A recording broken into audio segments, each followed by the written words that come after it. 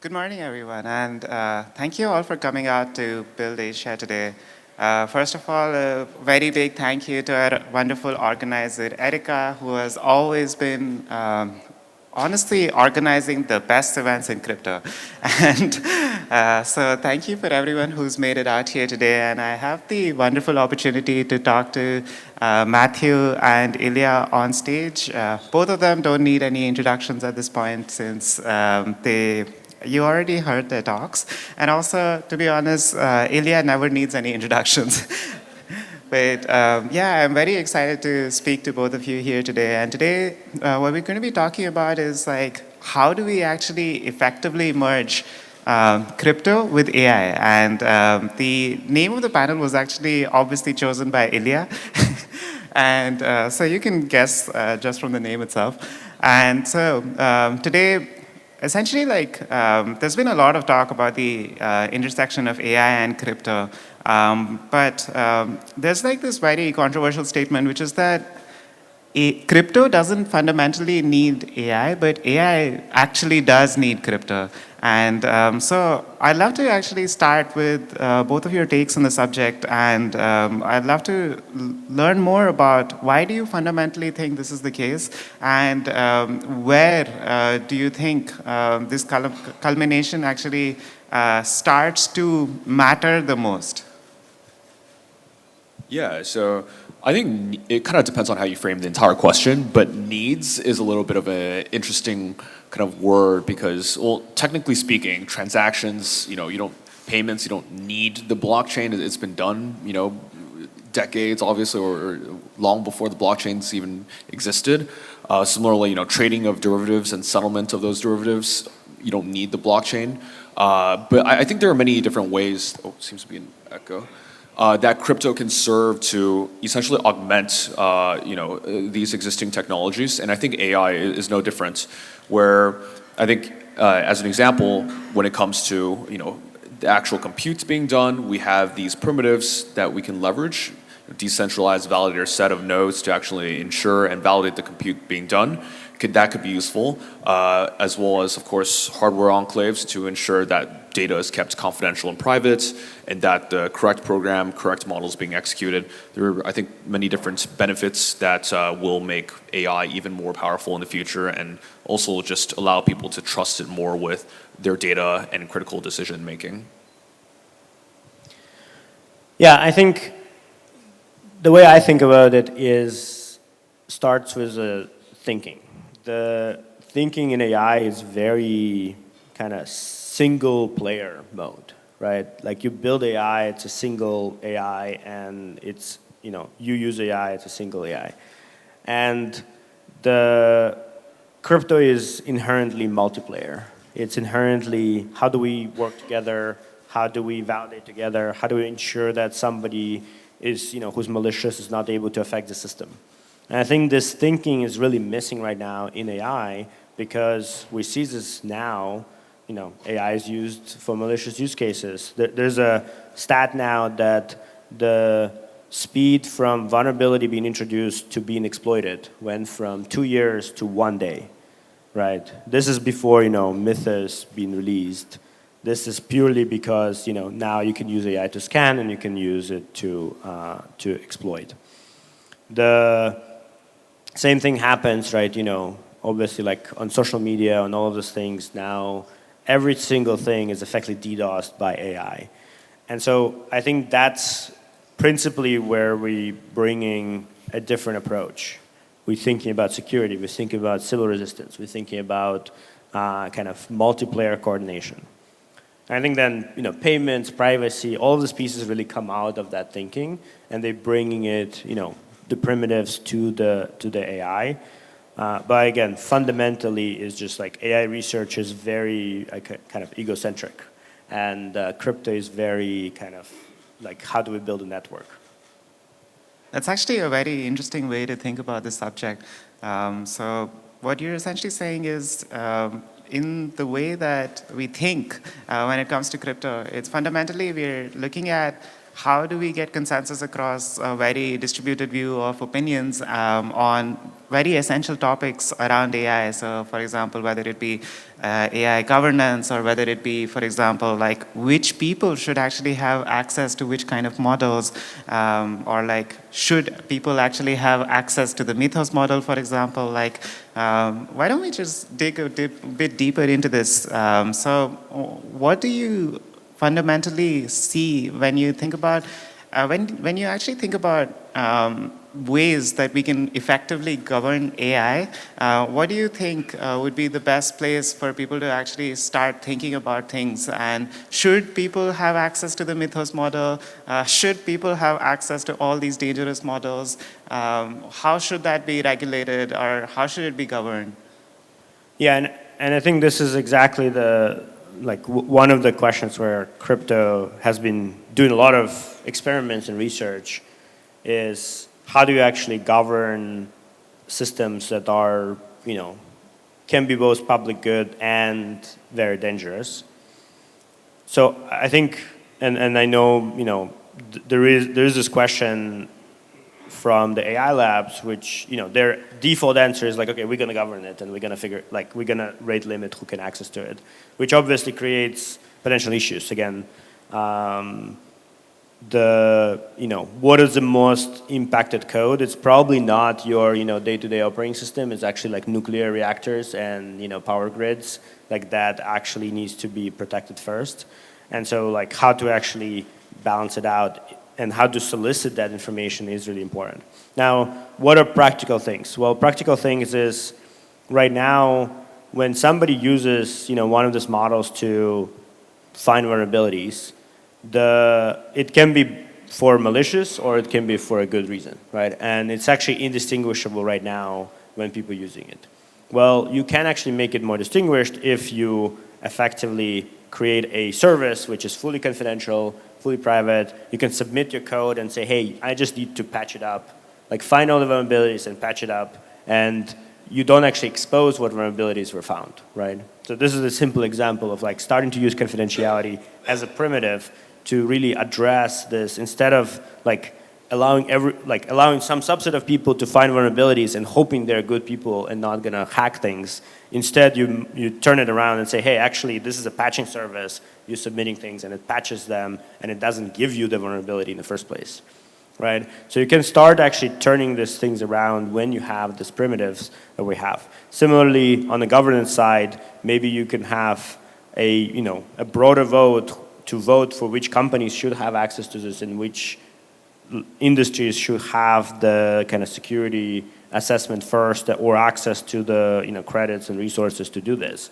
And again, this is mostly because if you're coming from tech, your first thing you think is how do we patch all the tech? But there's a lot of non-tech things that actually our world depends on that we should really be addressing first. So I think just soliciting more feedback, more participation will just expand the thinking and kind of coverage that right now is not there. Yeah, I think a lot of the existing kind of structure when it comes to like patching and bounties that exist in crypto will probably be very important to implement for something like the rollout of Mythos, because crypto is probably one of the most dangerous / aggressive PvP kind of technologies and communities in the world where, yeah, if you have a vulnerability, you have potentially hundreds of millions or billions at stake that you might not be able to get back. And empirically, we've seen the number of hacks kind of in crypto. I would say probably accelerate if anything. There's been so many $100 million plus hacks over the last couple years, even the last couple weeks. So I think very much like a staged rollout where we have, let's say, again, the ability, like Illia said, to find these vulnerabilities and patch them and ensure that this isn't just widely distributed into a active PvP market will be critical. And I also think again these tools are kind of also like a double-edged sword. They can be used very actively to find vulnerabilities that can be fixed instantly. So I think in some regards it kind of can, I think, be used to systematically create a a procedural, I would say, maybe patching or audits of a lot of the things that are being built. So there's also a chance that it could be used for good. So I think the gating of access to these models will probably be important, although I personally haven't been using AI to hack protocols enough to really understand what the deep implications of that would be. For all of my life, honestly, the sentiment that I received when I told people that I worked in crypto is that I work in a dangerous field. But it's so funny that now crypto is actually one of the only ways where you can actually become the standard for transparency and verifiability into AI. For example, even if you look at just the governance processes around AI, as you mentioned before, Illia, it's kind of a closed wall, and it's just one player actually deciding who is going to get access to these models, who is going to be able to be the white hat hacker, or whatever in this case is being controlled. So it's very interesting to me that as we move forward, it's becoming more and more clear that if you want transparency and if you want actual decisions to be made, you need decentralization to a point. You need decentralization to actually make sure that the way that the people are being elected is the right way, the processes that are being used are the right processes. And so I'd love to think a bit more with you guys here about when it comes to these primitives and when it comes to verifiability, what do you actually think will be the gold standard for verifiability from these, I guess, developments? Do you think that, for example, a closed source organization would be open to this, or do we need a whole new kind of organization for the governance of AI? So yeah, I know it's a complex question, but and there's no right answer, but I'd love to hear your take on the subject. Yeah, so right now, at least the way we think about this is, we have like an open ledger that we have an OpenGradient in Explorer where anyone can actually go query for a transaction, query for the proof or the remote attestation generated for some, compute, and do client-side validation if they wanted to. I think that is not necessarily what the gold standard will be multiple years from now. I think it's a great start as a strong primitive. What I think will eventually happen is that a lot of these proofs, attestations, all the validation of the compute will probably be done in a more systematic fashion. Potentially through, compliance, and as this stuff gets more institutionalized, could be included in new AI compliance measures and protocols that, again, users don't even need to know what any of these computational proofs and attestations are.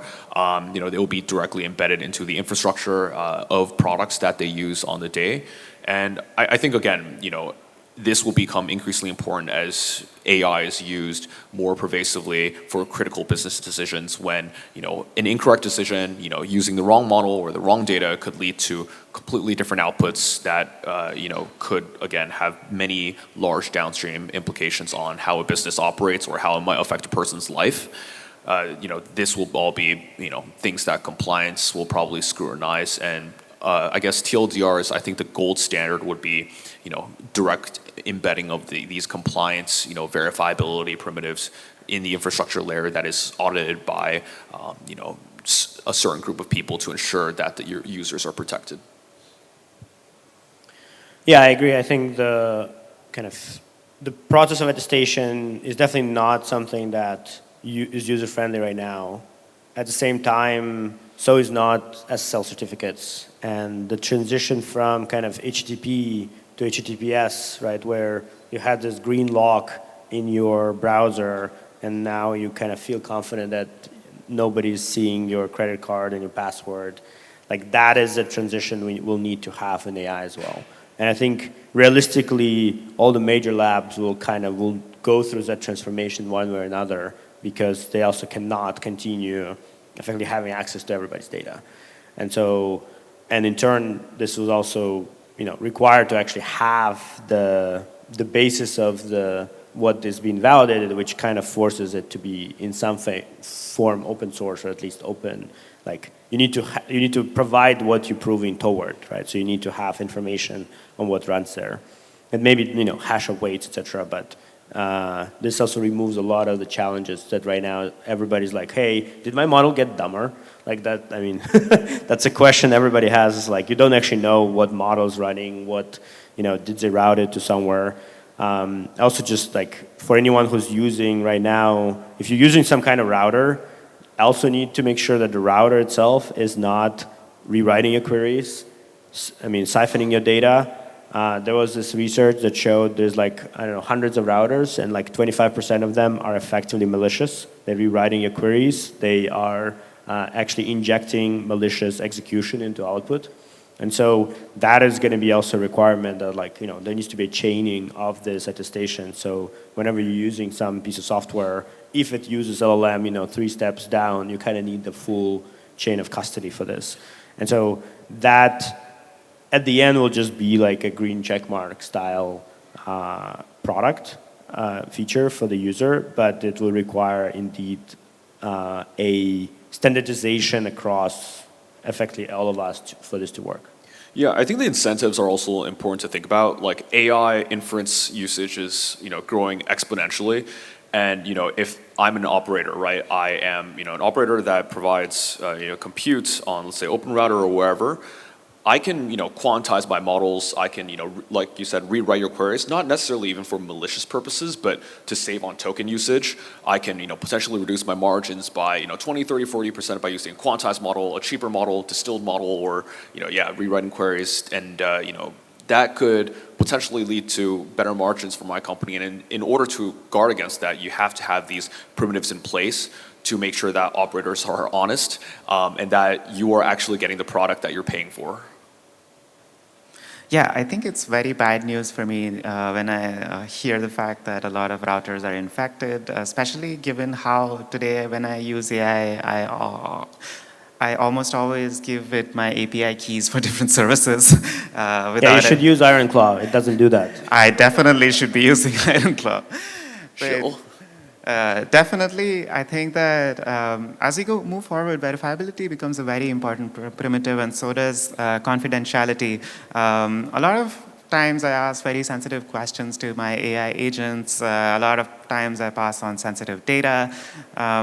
I would love to hear a bit more about like how both of your companies today are actually working on solving this. Why don't we dig a bit deeper into IronClaw and how users can actually guard themselves from this problem today, and then we can also do the same for OpenGradient.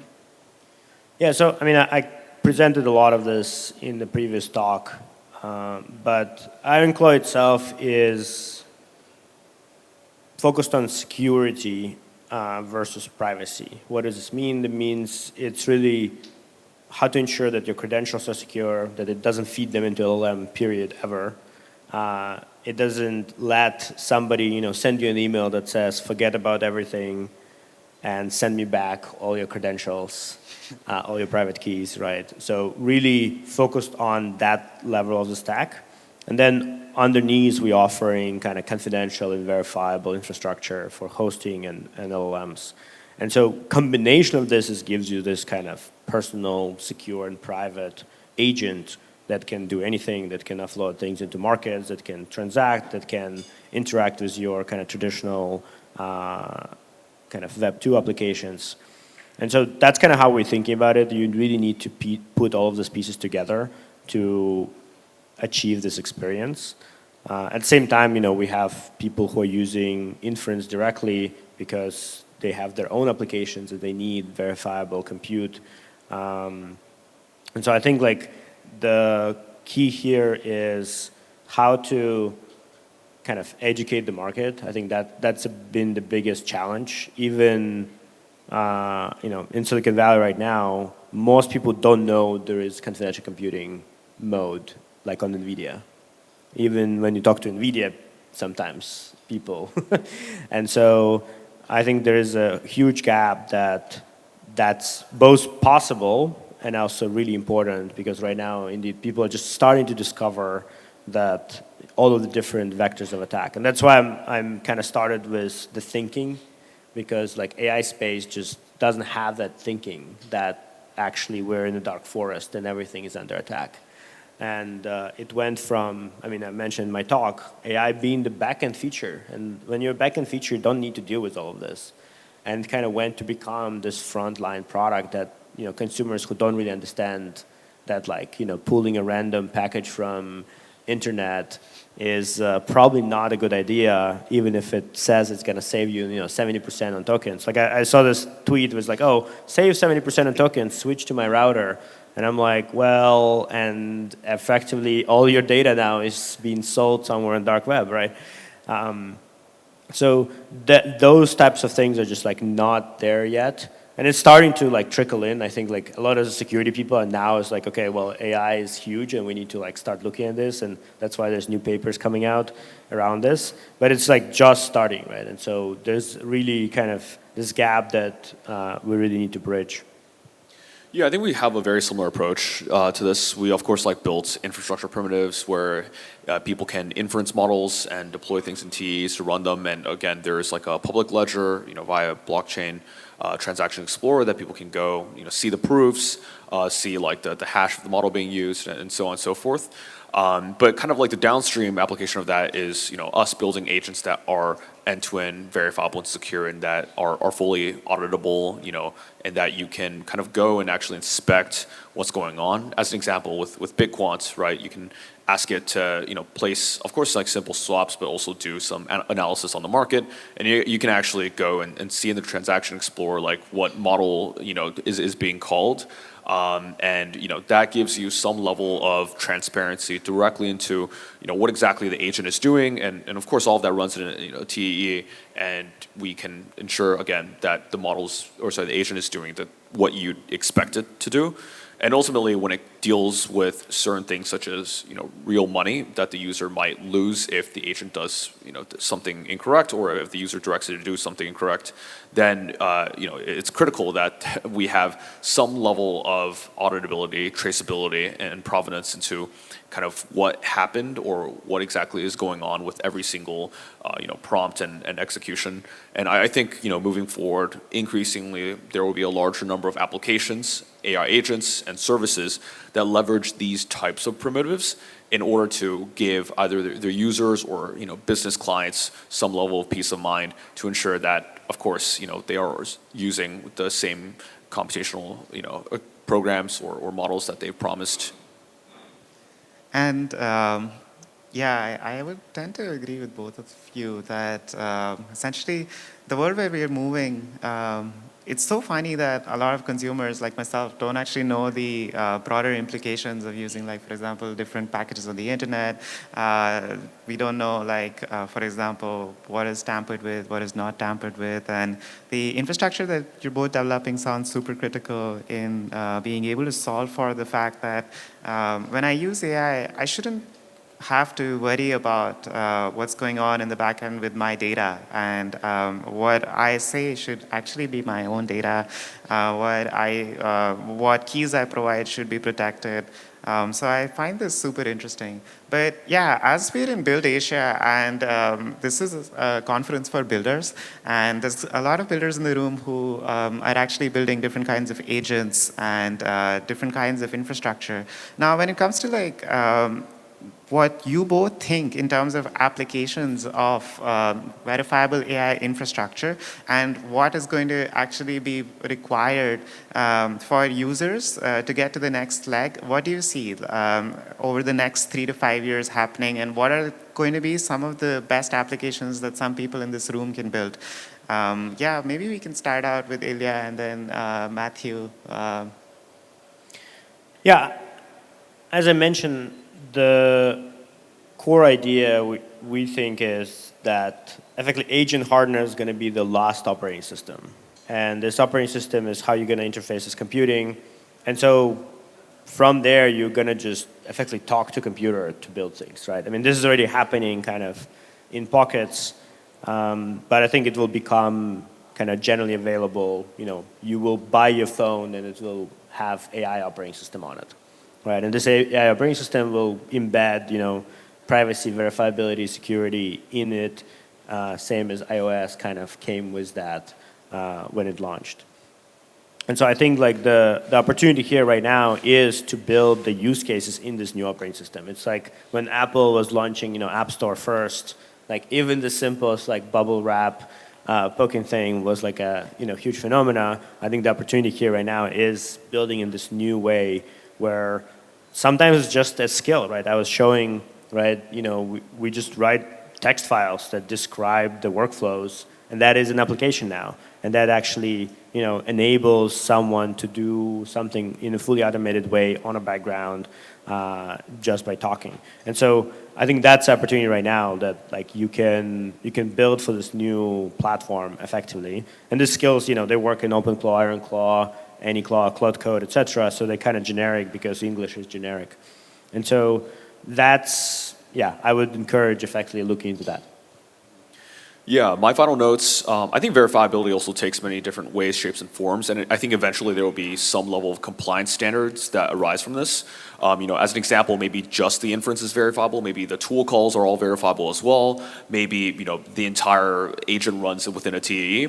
These are all different standards that will kind of, I think, be eventually like standardized to some extent where, like Illia said, it's going to look like a green check mark that you see in your browser or in the application that you can click on for more information that gives you peace of mind that, again, whether your data is secure, whether the program is being actually verified on an ongoing basis, and so on and so forth. So I think firstly that a lot of that is going to be over time made invisible and super seamless to users. Secondly, final notes on applications is I do agree also everything is eventually going to be dumbed down to a human using natural language to interact with some AI operating system or agent that is able to translate that intent into a complex set of actions that best serves the user. And I think that is going to be, probably one of the last and probably most effective interfaces that users will use. And I think that, has a tremendous amount of course, insight and direct surface area of interaction with users. And as such, it's very important that it's secure and auditable and done so in a way that minimizes vulnerabilities. Awesome, thank you for this. And we're almost out of time, but I think we actually have room for one question from the audience. If anybody has any questions for Matthew and Illia.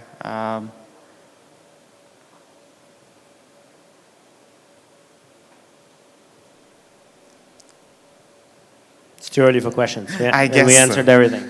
I think the talk was super clear, and definitely I think I got to learn a lot, and I imagine there's no loops in anybody's mind left. And thank you both for taking the time today, this morning. It was wonderful to talk to you both. And please check out what Near is building with IronClaw. Please check out what OpenGradient is building, and let's move forward to a world where everybody is using verifiable AI infrastructure that is essentially powering everything that you do with the internet. Thank you all. Thank you. Thank you.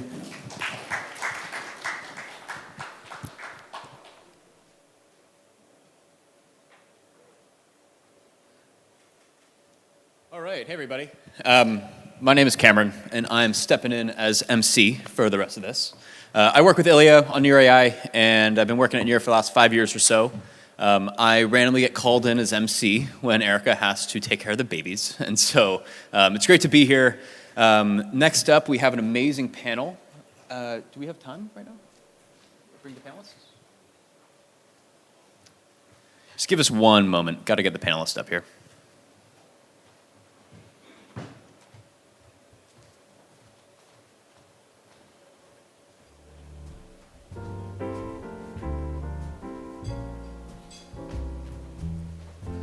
While the panelists come up, just a little bit of background. I'm working on the all Near AI verifiable private infrastructure and open cloud deployments to build actually useful agents for people. So working with a lot of enterprises that want to use OpenClaw but can't because it's not private and secure. And so if you guys are all interested in like real world agent deployments, you can come find me. I'll be kind of hanging around in the back throughout the entire time. But we have an amazing panel coming up next, some people who've been in the crypto industry for quite a while, real OGs. And so we have, you guys, come on up. Yeah. We have Yatsu from Animoca Brands, Lena Kang from Virtuals Protocol, GM from Dragonfly, Zaki from Pulse, and this is a panel moderated by Amanda from Serotonin, talking about how selling to AI agents is bigger than search advertising, and we'll be unpacking all the different parts of the agentic economy, from discovery to how you market to an agent, how do you sell to an agent, how agents are actually going to, connect and power and pay each other. So super exciting stuff. We have the experts here to unpack it, so take it away, Amanda. All right. We have such a great panel today, and I want to hear from everyone, and I have a lot of questions, so I'm going to jump right into it. So my first question is, what kind of buying or investing decisions have you already handed over to an AI? I mean, I guess I start off. I mean, I think the easiest one on my personal life is like travel decisions. That's an easy one, basically. Hotel bookings and that kind of stuff. We have basically something that we've attached also to some trading stuff, not large amounts yet, but it's fun to see basically trading on basically Superior, which is basically trading hyperliquid type of activity. And then I think we can talk about that later. But the other one that it does a lot for is like sales generation. Myself, I don't really actively use agents, but I see a lot of my friends actually using agents to, for example, book a restaurant or hotels or a hospital, or I'm purchasing for the company stuff like snacks or office supplies on a regular basis. And also I saw a lot of trader friends actually using agents actively from market research to actually executing the trading. I work in as an investor, and my daily job is, a lot of it is having people to challenge your ideas, and I've been pretty actually deep into installing skills from the legendary investors, and I don't know if you folks played around with Stan Druckenmiller's skills. Basically, you have an agent that kind of mimics Stan and asks you questions and prompts you, why would you think this way? Have you thought about that? And so that's actually been pretty interesting for me in terms of my investing workflow. I've been at sort of the prototype pre-production stage of a lot of yield generation using agents, like making collateral exposure decisions and stuff like that, so vault management kind of stuff, and that seems to be working. All right, so challenge for anyone here. If you can use an AI agent to send me a cup of coffee while I'm moderating this panel. There's that famous challenge where order me a Starbucks, right? If you can have a cup of coffee delivered to me from an AI agent while I'm moderating this panel, I will be very impressed. So let's give it a try. My next question,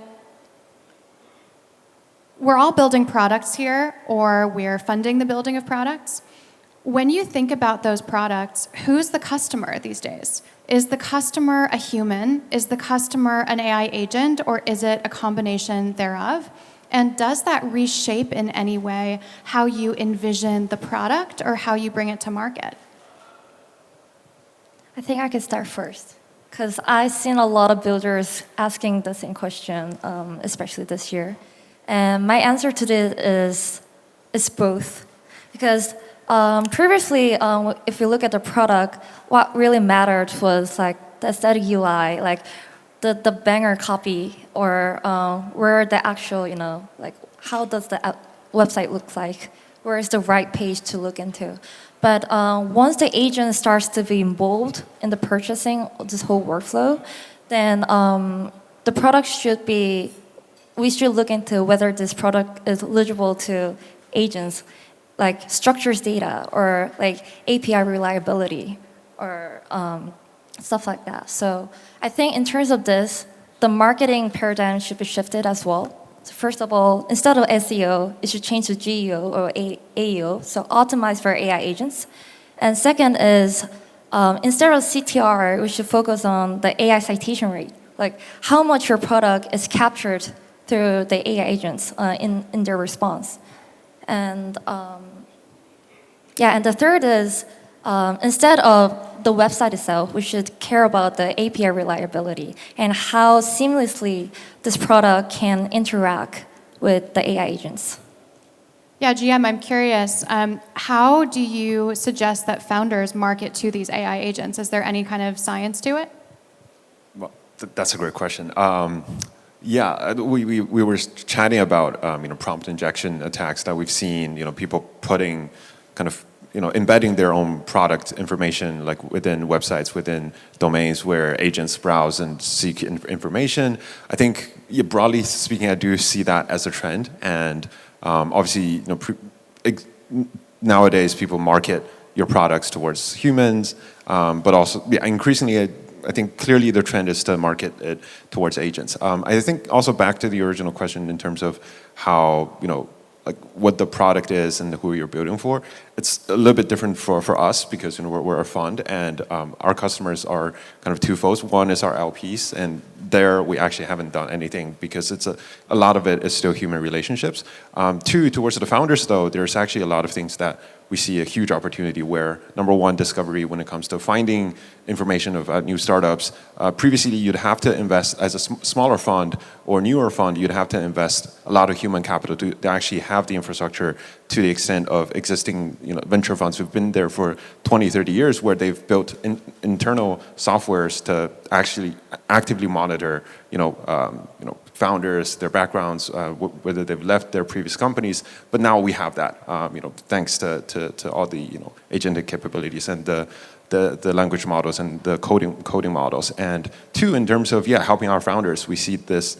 We now have this opportunity to really scale that as a product to better service our founders. Maybe just quickly, just from the investor hat perspective, right? Maybe the one thing to add to is that it's really changed the lens on when investors, or when founders come and looking to raise capital. The product is typically already there, right? It's not an idea. Several years ago, it was like a presentation with an idea. Now it's not just an MVP, but actually a product that's working, that's rolled out because of. Essentially, you can sort of, whether you call it agentic engineering or vibe coding or whatever you want to call it, you can actually build the prototype. So if they already have it, what do they want more money for? Well, for scaling and for growth, brand development, know-how. And so I think the one element where it's changed a fair bit is when you talk about sort of selling and marketing to humans, it's actually, we think it's going to expand more like the creator economy per se. So every creator is now a coder or can be a coder, right? In the same way that before, tools like YouTube and Instagram and TikTok were actually tools in which you could become your own media personality. That was only reserved for a small set of people, right? Like an elite, and now everyone can do it. And the same is now true for coding. But then the customer set who they're selling to, the ultimate owner is a human, but actually the medium in which the human engages with it is through what the agent is looking for on behalf of the human, right? So in other words, how do I basically capture that intent to be able to capture that particular flow? Because an agent will transact 10 to 20 to 30 times or 100 times more than that of a human. And so, you talked about basically protocol availability, that's one of them, but also, signaling, that's another one, and usefulness, because all these new tools that are coming out that we as humans do not need, actually agents will need, which then basically makes it more efficient and faster. So it's a new kind of customer, but it's still ultimately serving the human purpose. Zaki, what are agents looking for from a product? So one thing that I think is what agents are changing about products is that every product was always competing for one finite thing, which was human attention. People can only care about so many products. People can only open so many apps. People have only so many hours a day. I think as we sort of like the October 2025 was like this like sort of phase change in terms of agent autonomy from the coding point of view, but also for other applications that is only starting to trickle out. As you get more autonomy and more capacity, the agents can attend to much larger number of potential interactions, much larger number of things, and that just sort of grows this sort of universe of possibilities of what products can exist. Makes sense. Paul Graham wrote a piece recently, which I sort of asked folks to contemplate here, which I definitely recommend for people that are interested in how the agentic economy is going to reshape the product ecosystem, where he basically, it's called the brand age. And his argument is that as new technology progresses, and his example is watches in the article, that more of the product competitors get more similar, And so it's actually increasingly brand and storytelling that's used to differentiate between the products as opposed to actual differences in the technology. And he applies that to AI. And his theory is that a lot of your product choices are going to be more similar to each other technologically, but there's going to be a higher burden on brand and storytelling than there ever was before. Do you agree with that? Or do you disagree? And I think there's also another poll here that says, in a world where AI is making more of the decisions, these very human factors like storytelling and visuals maybe matter less than ever. I mean, I think the way that I would distill it down is to trust. So if you think about, what changed with traditional media into, let's call it social media, was the element of trust. I no longer trust big media. I trust, that community, that Mr. Beast, that person, right? And translating that trust, which is essentially brand, right? You pay more for this kind of shoe because he has a brand, but what does a brand represent? It doesn't represent just because you're faster or better. It's a trust that you can make me faster or better, right? So I think it all distills down ultimately to trust. But on the comment on software, I don't agree that, so the functions will be similar, but I think the format will be entirely customizable in the sense that now in an age where software basically is built for a community of 10 people. Like you can literally, like in the same way that blockchain and crypto has basically put down the cost of transactions to near zero, the cost of producing applications custom to you is near zero, right? So that means that you're a company or you're a restaurant, you want to have an application that's built just exactly to how you want it. You can do that for maybe today, maybe hundreds of dollars, in the future, tens of dollars. You tell the agent I want to do it. However, the reason that didn't scale is because you couldn't have interoperability between them. It's why we all had the similar format or similar system, and the AI agent basically solves that, right? And so that means you can have cross-compatibility across every application because the agent becomes the auto-translator, but we can have it in this hyper-customized way and still talk to each other. And I think that's going to basically expand that possibility tremendously. Lena, brands are valuable or valueless?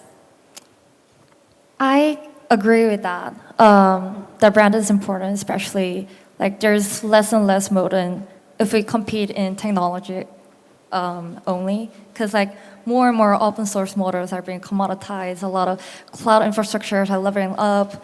So storytelling and branding is really important, but there's a little twist here because if you're considering AI agents, then we need a dual branding for human and for AI agents because as I mentioned earlier, AI, what's friendly for AI agents, how structured the data is, how clear all these policies are, and the APIs. And I think, but at the end, when AI agents narrow down to 2 or 3 finalists, there's still a human touch needed for the final decision. So we still need to have branding for humans for the emotional part, brandings and storytelling, but we also need to approach branding for AI agents for more machine-friendly, in a way. I was trying really hard to come up with a counter-argument, but I landed where I strongly agree, where brands are going to be increasingly important.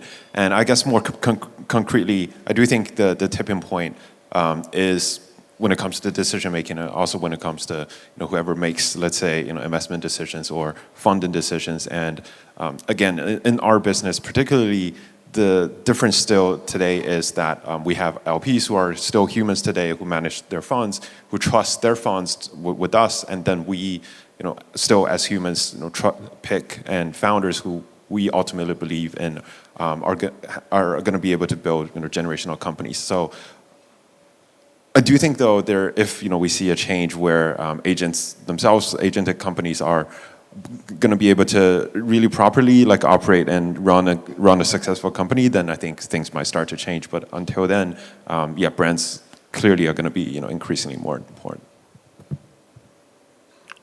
I am sort of trying to pick apart in my own life which thing is happening, because I'm one of these people who's over the last few months I built all of my own agentic coding apps. They have one user, me. And now the branded agent, the Anthropic, Claude Code, and stuff like that are starting to become more feature competitive with the apps that I built for myself. And I'm kind of torn right now as like which one should I use. And like there is that brand storytelling and everything that's like pulling me that way.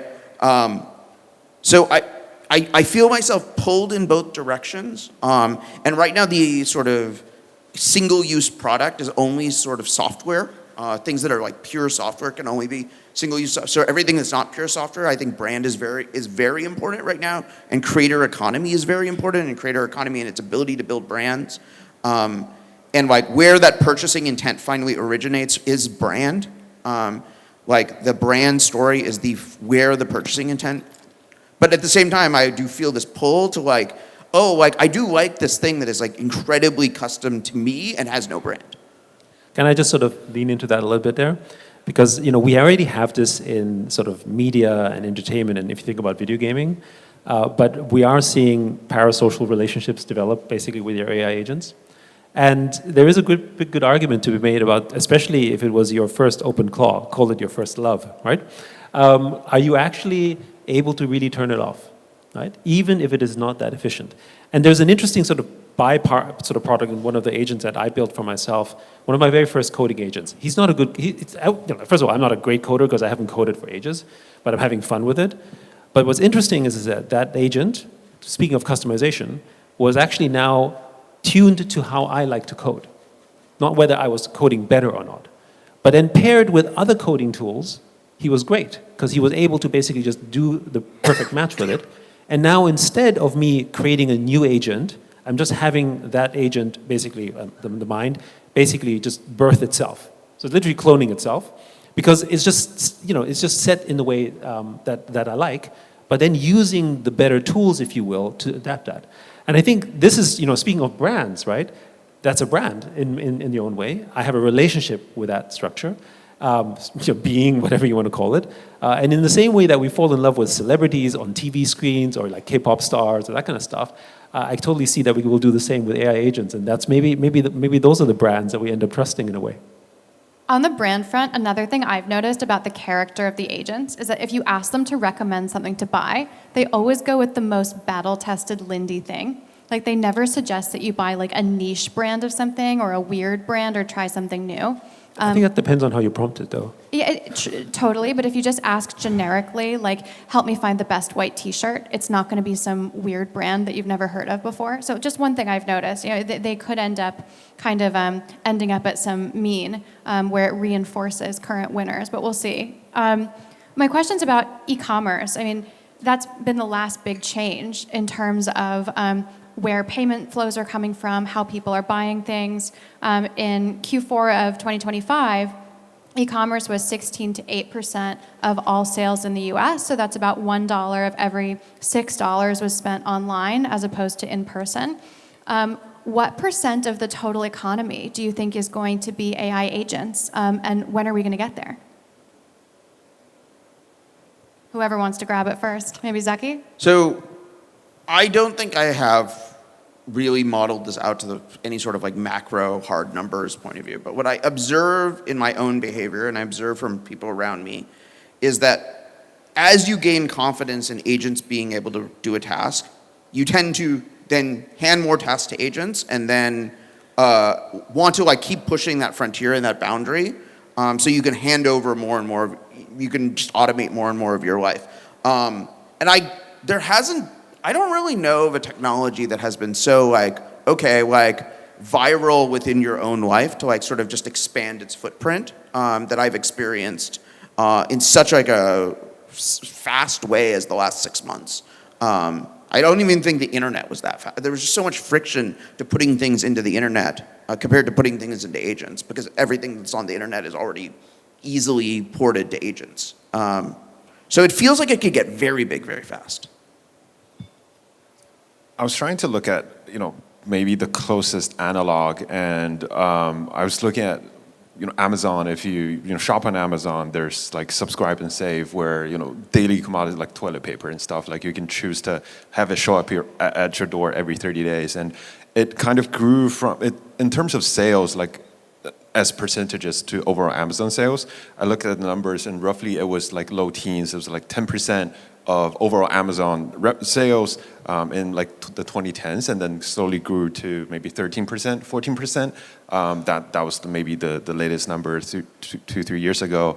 And if that were the trajectory, I do think that it tells a pretty clear story where the daily essentials that you just don't want to think about it. You'll just increasingly delegate that to agents.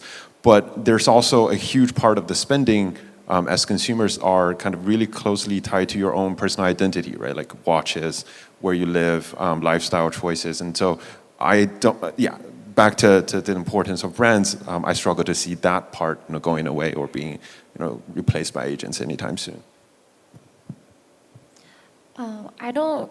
To be honest, I didn't see like the official stats for agentic commerce yet, but I did see like last year during the holiday season, a lot of like retail website has been clicked by AI agents, and the growth was like up to 700% year by year. And I heard from like Morgan Stanley's mentioning like LLM adoption in the US has grown to 50% right now, and agentic commerce will be happening like in the whole commerce like up to 20%.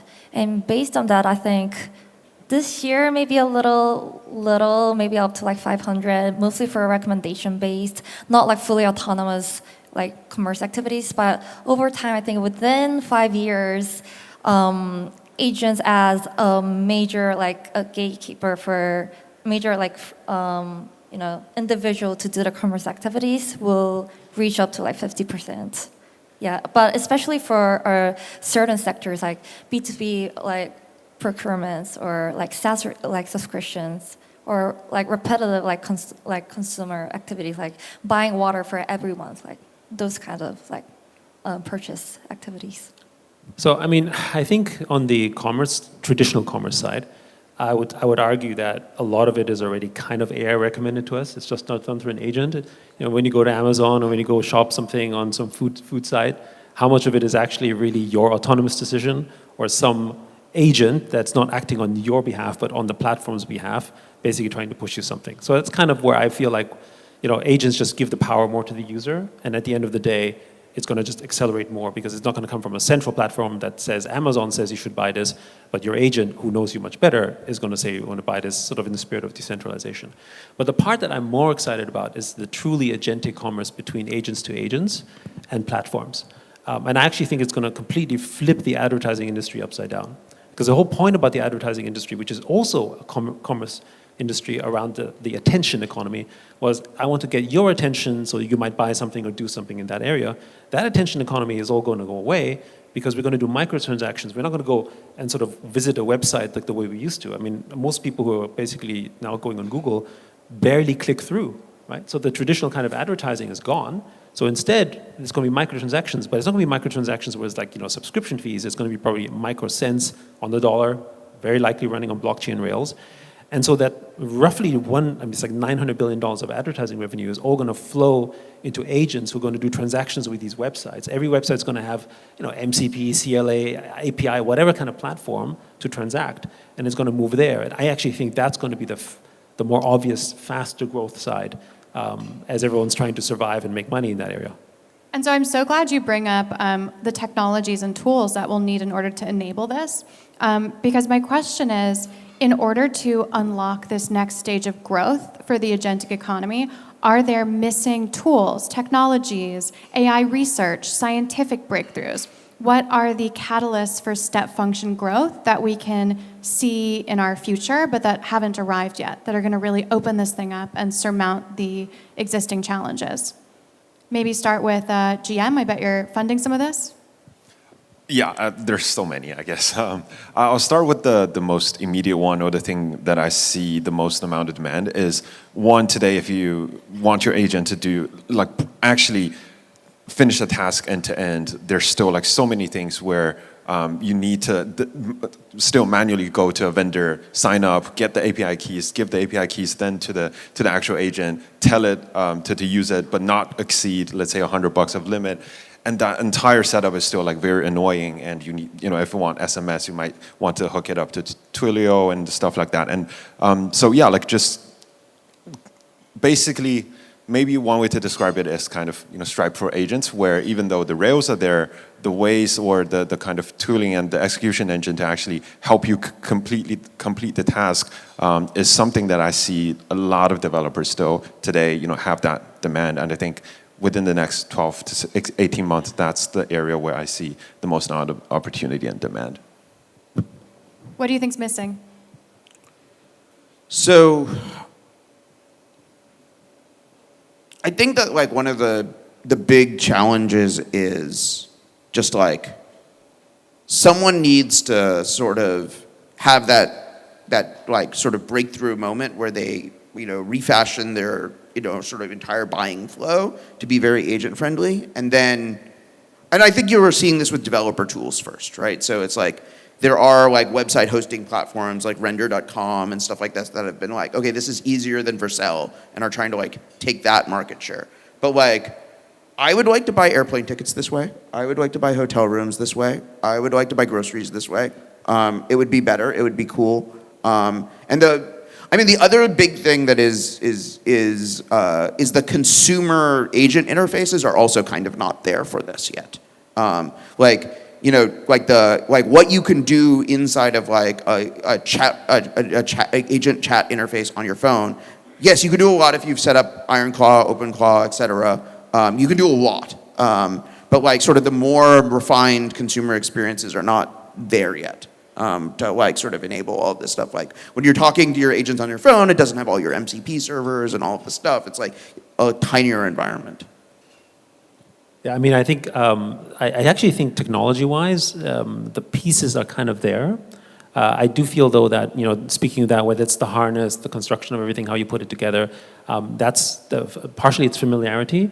I think it's also the fact that there's a lot of workarounds, like people have browser plugins and sort of basically just because they have to simulate that login because you can't go on trip.com basically through an API, you have to sort of simulate your entry point and that kind of stuff. That all of that stuff is part of the blocker. But I think you can, for instance, like someone's going to basically build a booking system. They already have done this before. You can use Duffel API and you can integrate that stuff, right? But then the issue is if the agent makes a purchase, do you have a way in which that actually that was a wrong purchase, that could be frozen or that could be sort of controlled, right? So these are so the point is that these are all the same problems that we had as in human buying before, right? The mechanisms on how to deal with it are actually the same with agents. It just happens to be faster, and so I think we'll get there. Actually, I think we'll get there, in light speed. So I think within this year, tops next year, actually we're all going to be sort of figuring that out. So I don't think it's really a technology. And the other point I want to point out is that I do think that unfortunately, actually blockchain rails on payments and transactions solves that in an incredible way. But there's a lot of, let's call it mental friction on blockchain because of its history and because of the associations with Trump and everything, as opposed to the pure technology. As a pure technology, it will accelerate, especially commerce, in an incredible way. Lena, maybe you can start this one, but my question is, it feels like the map is kind of clear. Like if you imagine you're in a video game, it's pretty illuminated what's going to happen with the next few steps of building out this agentic economy. But what is in the dark? Like what's not illuminated? What are the big like design decisions, products to come out that are going to potentially reshape this rollout that we can't quite see around yet? Like what are you casting out into the future, wondering which way is it going to go still? That's a good question. There are several things, I think. One, I think, is the really fundamental design of the payment infrastructure, because at this moment, all these like solutions we have has this assumption that we have a human in the loop in somewhere in this whole workflow. But when we don't really consider about when AI agents initiate the transaction or have like the whole agent to agent negotiating directly without any human intervention, and where human will be here. Will human will be completely out of this workflow, or will human remain as a supervisor for it? I think that's one thing that we need to sort out. And the other thing is the regulations, obviously, because especially like consumer protection regulators specific for agentic commerce, like activities. And then if we have a regulation for this, I think the whole industry will kind of change significantly. And like as e-commerce, I think it will like take time to actually make like agentic AI agents to really be part of the major individuals to all these commerce activities.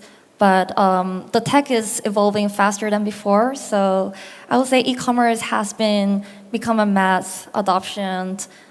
Like in 20 years, I think it will take only a decade, within a decade, to adopt all this AI agents commerce. Who wants to take us home with the mysteries? What's yet to be revealed? What's not completely clear yet? The big decision points coming up. Well, I mean, I think to me, I mean, there's plenty, and we don't have to talk about AGI because there's a lot of questions around that. But I would think the big thing for me is most of the world has no idea how this stuff works. So, we talk about agentic AI agents. Everyone still thinks, many, not everyone, but a lot of people still think AI, they're still in the ChatGPT mode of communicating with an AI agent.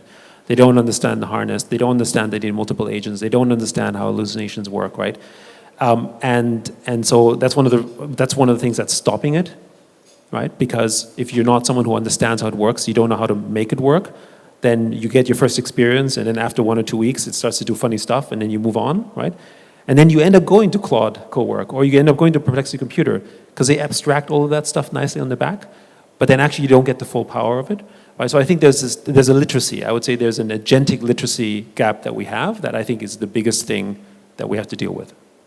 Well, I think that's a great place to wrap. Thank you so much, everyone. Thanks, guys.